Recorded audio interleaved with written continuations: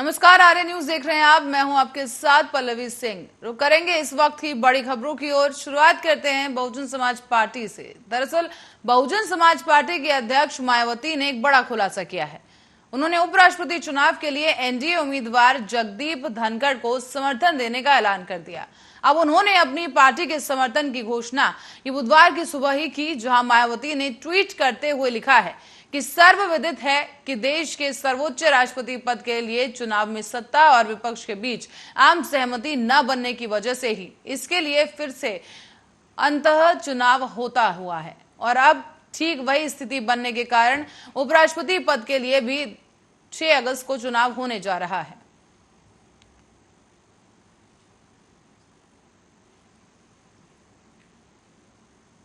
और जीवन में कुछ हासिल करने का सपना संजोए दोनों हाथों से दिव्यांग छात्रा सारी बाधाओं को तोड़कर देश का नाम रोशन करने के लिए आगे बढ़ रही है।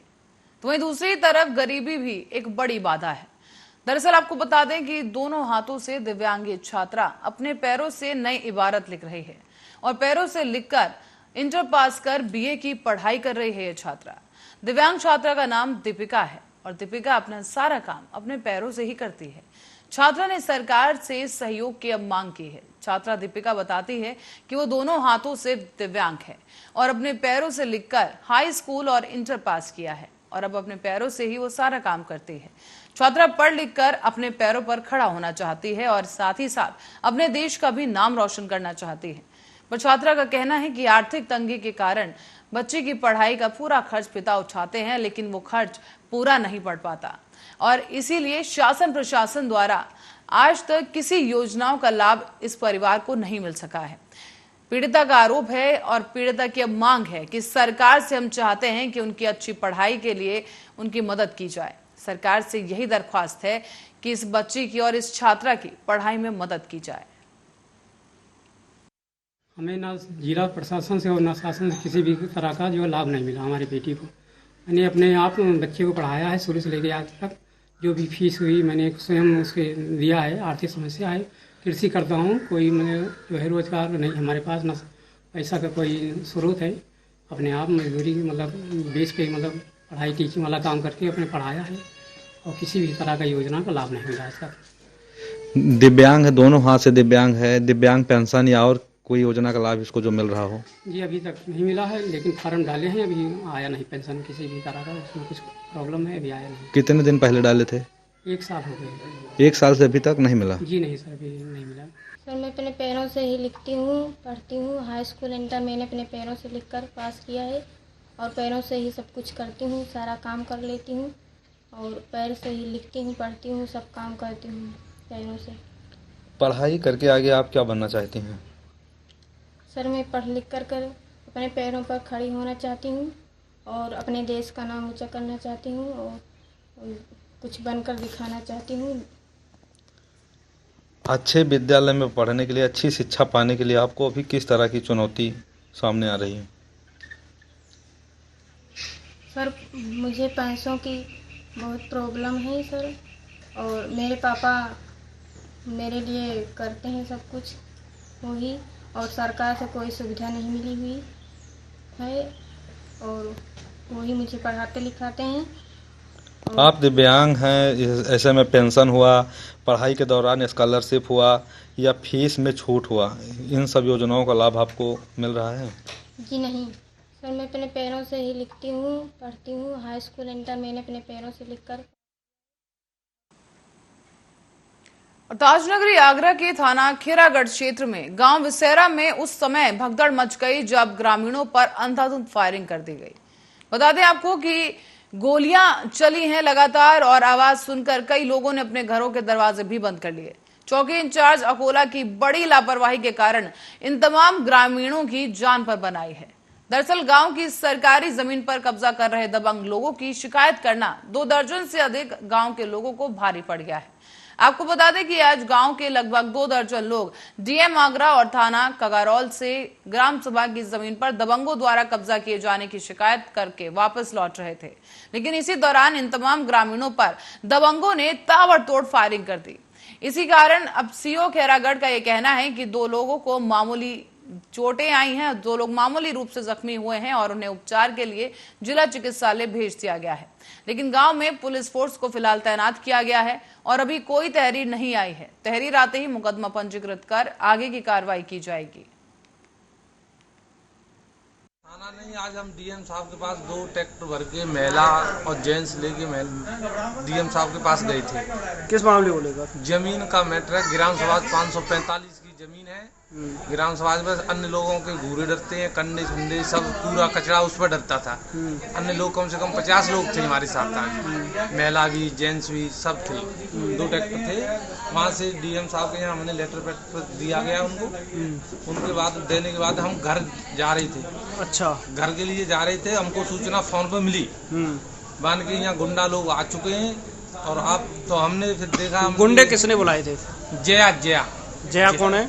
एक गांव बिसेरा में एक जमीनी विवाद चल रहा था, जिसको कि राजस्व कर्मचारियों पदाधिकारियों से मिलकर सुलझाया गया था, लेकिन अंदरूनी तनाव दोनों पक्षों में बना हुआ था।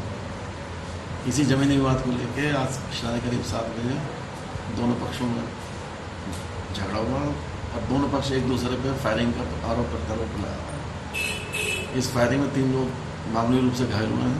अशोक, उसका भाई जितेंद्र और एक गाँव की महिला सरोज, तीनों खतरे से बाहर हैं। और घायलों को इलाज के लिए भिजवाया गया? घायलों को इलाज के लिए जिला चिकित्सालय भेजा जा चुका है। बाकी तहरीर अभी प्राप्त नहीं हुई। तहरीर प्राप्त होते ही अपनी कानूनी कार्रवाई अमल में लेंगे। गाँव के और गोरखपुर में अपने दौरे के दूसरे दिन प्रदेश के मुख्यमंत्री योगी आदित्यनाथ ने गोरखनाथ मंदिर में हिंदू सेवा आश्रम में जनता दर्शन का कार्यक्रम लगाया है। यहाँ पर दूर दराज से आए हुए फरियादियों को फरियाद सुनकर उनका निस्तारण किया गया और साथ ही साथ जो फरियाद निस्तारण नहीं की गई उनके लिए मौजूदा अधिकारियों को आवश्यक दिशा निर्देश दिए गए। आपको बता दें कि प्रदेश के मुख्यमंत्री योगी आदित्यनाथ जब भी गोरखपुर प्रवास पर आते हैं तो अगले ही दिन गोरखनाथ मंदिर में जनता दर्शन का कार्यक्रम आयोजित किया जाता है। ऐसे में आज भी दूर दराज से बड़ी संख्या में लोग और फरियादी इस जनता दर्शन कार्यक्रम का हिस्सा बने। तमाम फरियादियों की फरियाद सुनी गई और उनका निराकरण करने को लेकर अधिकारियों को उचित दिशा निर्देश दिए गए।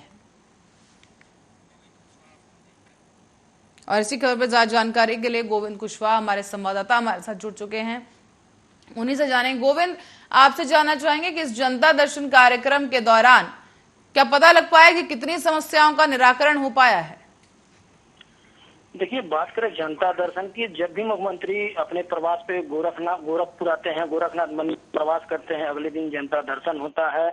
ऐसे में जो जनता है, जो फरियादी है, पुलिस से या अन्य विभागों से उनकी सुनवाई नहीं होती है। तो ऐसे में उनको एक वो मन बना लेते हैं कि जब मुख्यमंत्री गोरखपुर में आएंगे और जनता दर्शन का कार्यक्रम होगा तो उसमें जाके वो अपनी फरियाद कहेंगे और अपने जो भी समस्या है उसके निराकरण का वहाँ उनको कोई ना कोई उचित दिशा निर्देश मिलेगा। हालांकि गोविंद, आपसे ये भी समझना चाहेंगे कि कितनी देर का ये पूरा कार्यक्रम जो है वो रखा गया था?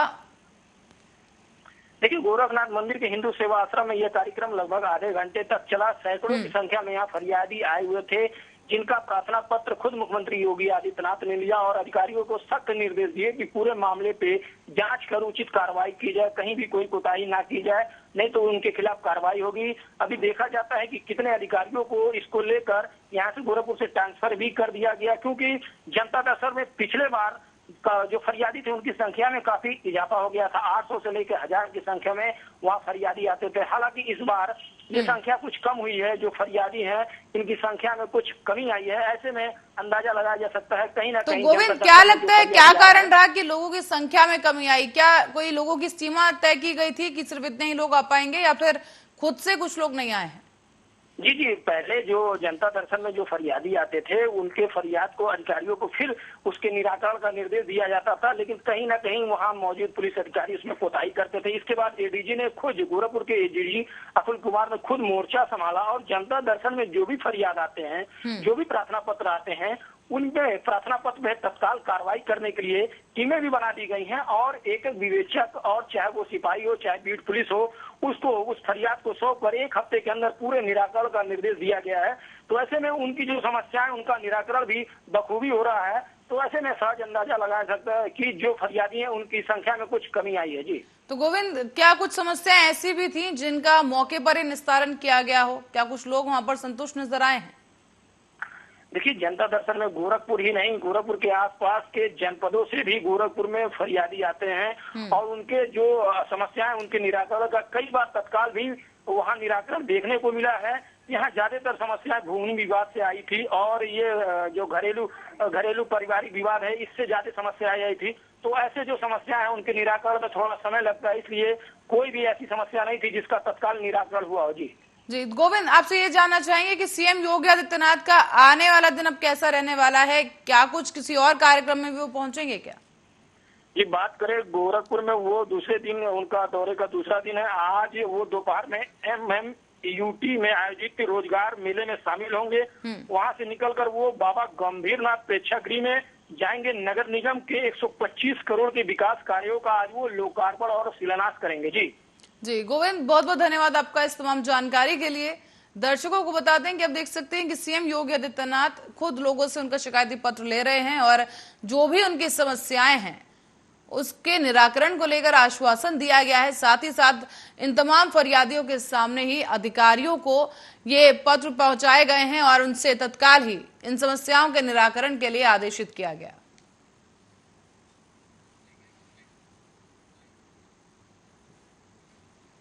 और अब आपको बता दें कि पूरा मामला है बदायूं से, जहां पर बदायूं थाने के हजरतपुर क्षेत्र के जालिम नगला का यह मामला है, जहां पर चाचा ने भतीजे को मौत के घाट उतार दिया।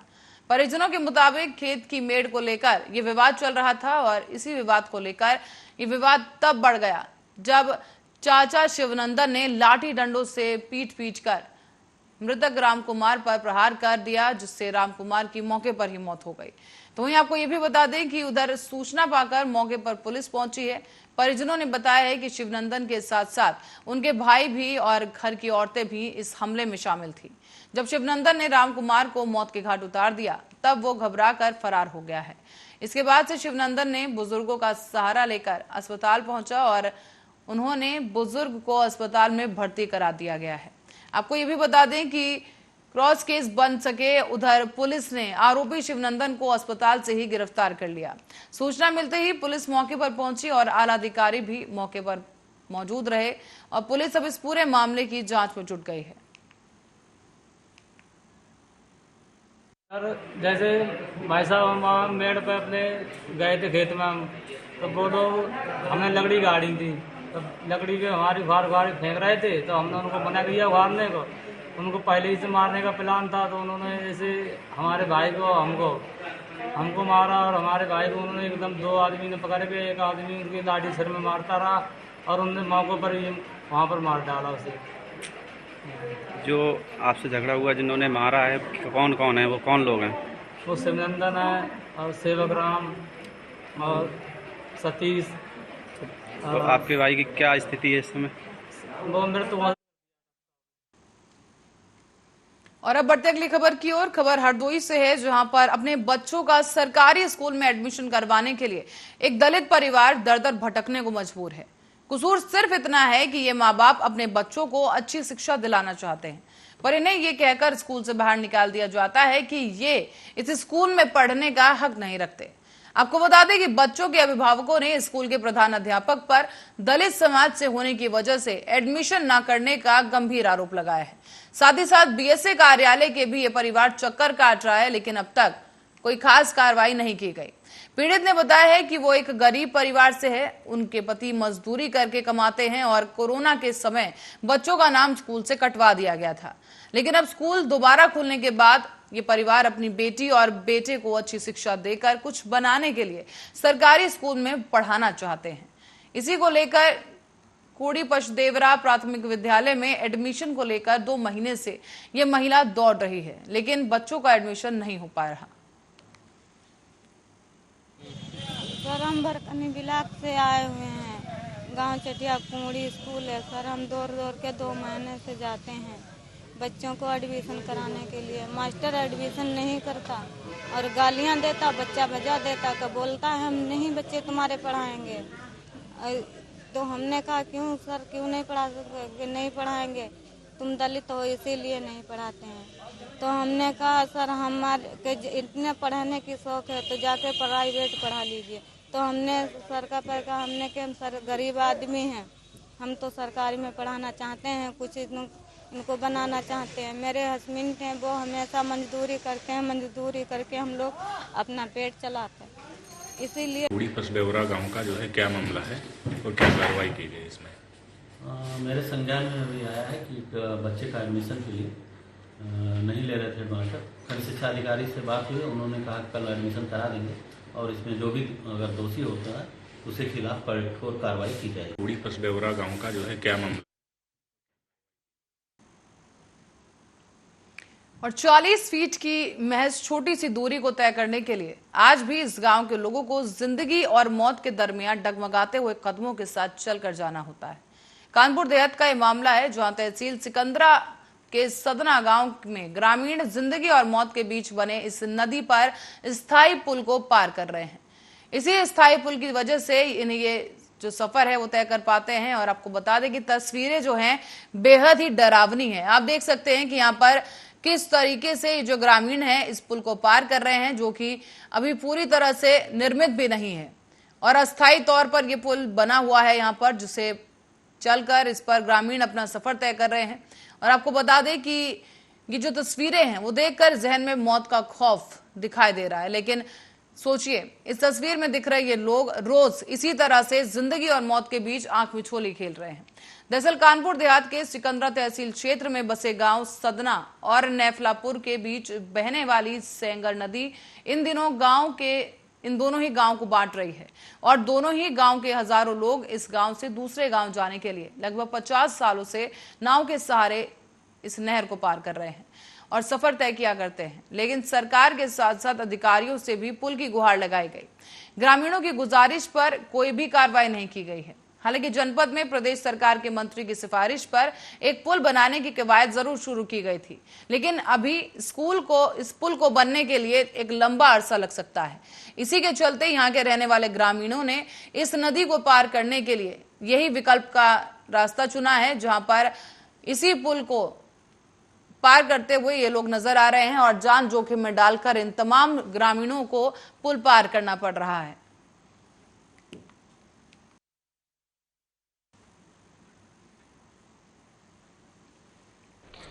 जब से मैं पैदा हुआ तब से तो मैं ऐसे ही देख रहा हूँ। अच्छा। और उसके पहले से हमारे पुरखा बताते हैं, उससे पहले से ऐसा ही है। कितनी समस्याएं आती हैं यहाँ पर? बहुत बड़ी समस्या आती है। जब नाव ज़्यादा नदी बढ़ जाती है तब तो जैसे हवासपुर होके 20 किलोमीटर पड़ता है, इधर से जाओ मान लो जौरा होके तब भी 15-20 किलोमीटर पड़ता है, उधर ही से बाजार आना जाना होता है। मतलब अगर आप इधर से जाएंगे तो जान जहमत में है। बिल्कुल। अगर कहीं और से आते हैं तो क्या दूरी बढ़ जाएगी? क्या लगभग 20-25 किलोमीटर की 20-25 किलोमीटर की दूरी बढ़ जाती है। खतरा क्या क्या आ रहा है? इससे बहुत बड़ा रिस्क है, पानी में चले जाओ जान जोखिम में, उसमें हो गया। लमसम कितने समय से आप लोग ऐसा सफर तय कर रहे हैं? हम तो 40 साल से कर रहे सफर ऐसा। पहले किस तरीके से जाए? नाव से पार होते थे। नाव से पार होते थे। हाँ। तो बच्चे भी इसी हाँ, बच्चे भी नाव से जाते थे स्कूल। अब इससे पार करने का जो सफर है उसमें कितनी दिक्कतें उठानी पड़ रही है? बहुत बड़ी दिक्कत उठानी पड़ रही है, जान जोखिम में डालनी पड़ती है। उस पर चलने से अगर नीचे चले जाओ तो बह जाओगे। अब क्या चाहते हैं, किस तरीके से, कब तक आखिर आप लोग ऐसा सफर तय करेंगे? आप जब तक यहाँ कोई नहीं होता तब तक तो कर ही रहे। 40 साल से झेल रहे तो झेलेंगे जब होगा।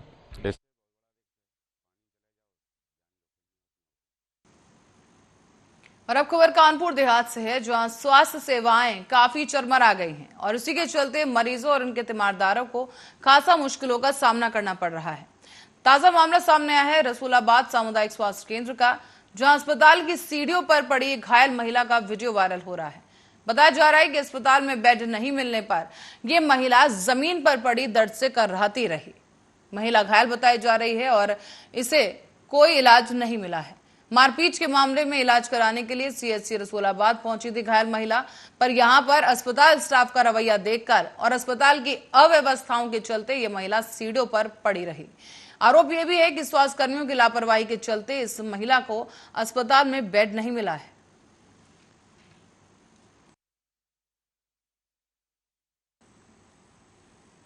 और सावन के महीने में एक तरफ जहां उत्तर प्रदेश के कई जिलों में कांवड़ियों के साथ अभद्रता की बातें सामने आ रही हैं और कांवड़ियों पर कई जगह थूका भी गया है, तो वहीं कई जगह पर कांवड़ियों पर पथराव किए गए। लेकिन दूसरी ही ओर महाराजगंज जनपद के सोनौली कस्बे से मुस्लिम समाज के लोग आज शाम को सोनौली बॉर्डर पर नेपाल से भारत के बाबा धाम और विश्वनाथ मंदिर जलाभिषेक करने जा रहे इन तमाम नेपाली कांवड़ियों का स्वागत सत्कार करते नजर आए। ये तस्वीरें देखने में काफी अच्छी लग रही हैं और काफी प्रेम और सद्भावना का परिचय दे रही हैं। आपको बता दें कि मुस्लिम समुदाय के लोगों ने नेपाल के इन तमाम कांवड़ियों का न सिर्फ पैर धोए के स्वागत किया है, बल्कि फूलों की बारिश करके भी इन कांवड़ियों का स्वागत किया गया। तो वहीं नौतनवा एसडीएम ने भी इन कांवड़ियों को अपना नंबर दिया है और आश्वासन दिया है कि रास्ते में अगर कोई भी दिक्कत हो तो तुरंत मदद की जाएगी। सैकड़ों की संख्या में नेपाल के कांवड़िए यहाँ पहुंचे हैं और इनका भव्य स्वागत भी किया गया। अपना भव्य स्वागत देखकर ये तमाम कांवड़िए भाव विभोर हो गए। सांप्रदायिक सद्भाव का परिचय देते हुए मुस्लिम समुदाय के लोगों ने नेपाल से सैकड़ों की संख्या में भारत के बाबा धाम और विश्वनाथ मंदिर में जलाभिषेक करने के लिए जा रहे कांवड़ियों का पुष्प वर्षा कर और उनके पैर धोकर स्वागत किया है। हम धगदे रोणी गाँव पालिका 3 नेपाल से बाबा धाम वैष्णो देवी सावन यात्रा में घूमने जा रहे हैं दर्शन करने के लिए, और आप लोगों ने सम्मान किया, हमको बहुत अच्छा लगा कि हम सब मिलके धाम करने चाहिए, एक दूसरे का सम्मान करने चाहिए, एक दूसरे से मिलकर रहने चाहिए। ये बहुत अच्छा लगा और हम लोग धाम करके आएंगे तो ये भी हमको सीख के कुछ हम लोग भी ऐसे करेंगे। नेपाल राष्ट्र से जो सीमावर्ती जिले हैं बड़ी संख्या में श्रद्धालु बाबा काशी विश्वनाथ भोलेनाथ के दर्शन के लिए आते हैं और आज भी बड़ी संख्या में लोग आए हुए हैं यहाँ पर। यहाँ सोनौली नगर पंचायत क्षेत्र में जो यहाँ के स्थानीय निवासी हैं और यहाँ के जो मुस्लिम समुदाय के लोग हैं उन्होंने इन श्रद्धालुओं के चरण जल से उनका धो करके उनका सम्मान किया है और फूलमाला अर्पित किया है सभी ने क्षेत्रवासियों के द्वारा। इनको हमने और यहाँ थानाध्यक्ष ने अपना नंबर दिया है कि इनको मार्ग में यात्रा के दौरान कहीं कोई असुविधा हो तत्काल हम लोगों से संपर्क करें। बाबा काशी विश्वनाथ भोलेनाथ का दर्शन इनको सुगमता से अच्छी तरीके से होगा। इस पवित्र महीना में जो हमको बहुत अच्छा लगा, बहुत सौभाग्य की बात है हम लोग की जो है सारे लोग हम लोग सुने कि आ रहे हैं और सारे यात्री को जो भी बाबा धाम जा रहे हैं, बाबा बैजनाथ जा रहे हैं, सब लोग हर लोग जा रहे हैं लोग, इसलिए हम लोग सोचे कि भाई ये स्वागत किया जाए हम लोग। और जो भी हिंदुस्तान में हमारे जो लड़ाई झगड़ा हो रहा मुस्लिम हिंदू का, तो इससे हर आदमी इससे सीखे कि आपस में मिल बांट के रहना चाहिए, सभी भाई अपने एक हैं, इसलिए हम लोग एक किया गया, सारे हम लोग मुस्लिम भाई सब लोग किया गया हम लोग, और अधिकारीगण को बुलाया गया, सब लोग। और अब रुक करेंगे अगली खबर की ओर। भदोकर थाना क्षेत्र के अंतर्गत मुंशीगंज कस्बे में 2 मोटरसाइकिलों की टक्कर हो गई। इस टक्कर में 3 लोग गंभीर रूप से घायल बताए जा रहे हैं, जिन्हें आनन फानन में अस्पताल में भर्ती कराया गया है। दरअसल इस दुर्घटना की सूचना पुलिस को दी गई, जिसके बाद मौके पर पहुंची पुलिस ने इन घायलों को जिला अस्पताल पहुंचाया, जहां मुंशीगंज कस्बा निवासी इरफान, जिसकी उम्र 19 साल बताई जा रही है, उसे डॉक्टरों ने मृत घोषित कर दिया है। इसी के साथ साथ अजय और प्रेम कुमार, जो कि फतेहपुर बहादुर के पुरवार थाना क्षेत्र गुरबख्शगंज के रहने वाले हैं, वो भी गंभीर रूप से घायल बताए गए। इन्हें जिला अस्पताल में भर्ती किया गया है, लेकिन घायलों की हालत गंभीर बनी हुई है। हाँ, अभी मुंशीगंज से 3 केस आए थे। प्रेम कुमार 22 साल, अजय कुमार 24 साल और इरफान 19 साल, जिसमें इरफान मृत अवस्था में आया था यहाँ पे, और बाकी दोनों के पैर टूटे हुए हैं। जो और 2 हैं, प्रेम कुमार और अजय कुमार, उनका फर्स्ट एड करके एडमिट किया गया है, अर्जेंट ऑर्थो कॉल की गई। कैसी स्थिति है? स्थिति गड़बड़ है दोनों की।